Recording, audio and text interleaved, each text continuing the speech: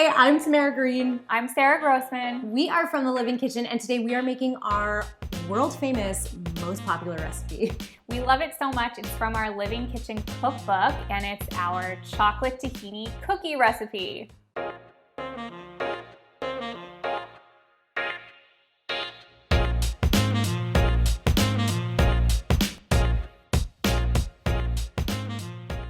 To make this cookie, all you have to do is basically combine all the ingredients in one bowl. So it makes cleanup really, really easy. And you start just by adding 1 egg to the bowl, do the liquids first, and whisk it up.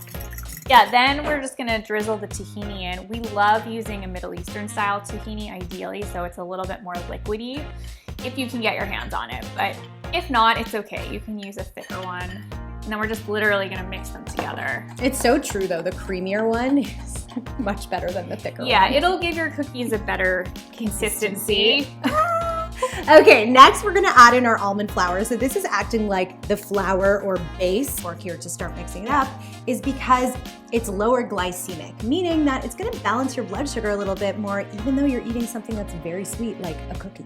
Yeah, exactly. And the tahini will help with that too, because you get excited. She gets really excited. Okay. Then we're gonna use coconut sugar. So coconut sugar is lower glycemic than a normal white sugar. And if you're keto, you actually could use a granulated monk fruit sweetener or some other keto sweetener instead if you prefer. But we love coconut sugar. It gives it this nice kind of caramelized. That's a great tip. And then last is just our baking powder, because we want them to rise. You know, we want them to have that great consistency like we talked about before. Yeah. So we're just gonna mix it together, and it's gonna look like this sort of chunkier cookie. It's not gonna look like the traditional cookies that you're used to, but it does come together like a beautiful dough. But they're chocolate tahini cookies, so we can't forget the chocolate part. Yeah. So for the chocolate, we are using a dark chocolate bar. We like 80%. But it's okay if you have something that's a little lighter, or you could even use chocolate chips. Basically, you just break the chocolate, and then you can use a knife to roughly chop it into, oop, that got caught. I much prefer using a chocolate bar because you get these sort of craggy, is that the right word? These like sharp edges of chocolate, and it melts better in the cookie than the chips. The chocolate chunks. Yes.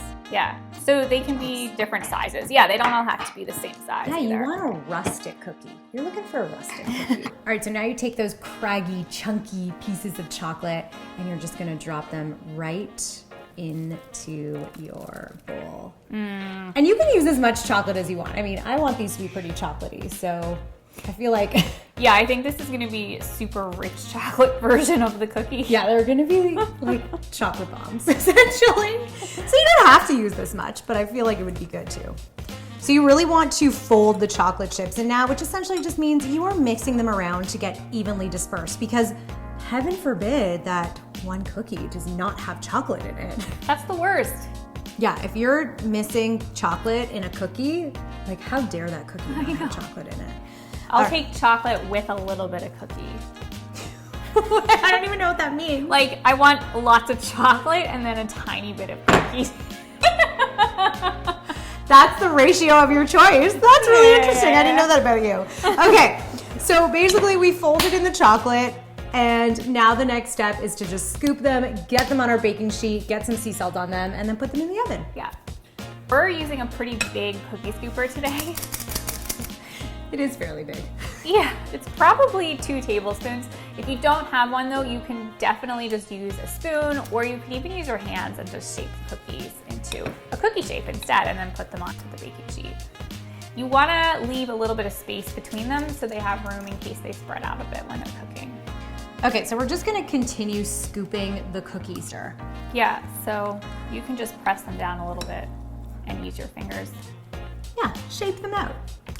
But definitely remember to space them out, because you don't want them, you don't want one giant cookie, mega cookie. Or do you? You could make a cookie pie. Mega cookie. I once made a cookie pie and it was delicious, except the center took forever to cook. Oh, and so it just was like a very soggy center. You're right, small cookies cook faster, so then you get to eat them more quickly.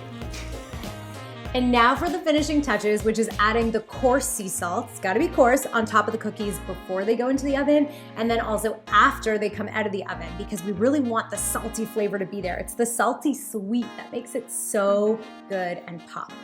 Once you get these out of the oven, you have to let them rest for at least 10 minutes. Yeah, otherwise they might fall apart and not keep their shape, but they're gonna be so gooey and delicious still after the 10 minutes. And now we're just gonna finish it off with that last bit of salt. Yeah. They're gonna be so salty. Which They look I amazing. love. All right, Okay, tasting time. I'm so excited. Oh my gosh, it's so gooey. It is so chocolatey. I feel like my teeth are gonna be covered in chocolate after this. Probably. Oh my God. I'm done. They're the best. I can just leave now. It's too good. Yeah, you really can't go wrong with these. Oh my God. There's a reason these are the most popular recipe from our cookbook. You should really go make them.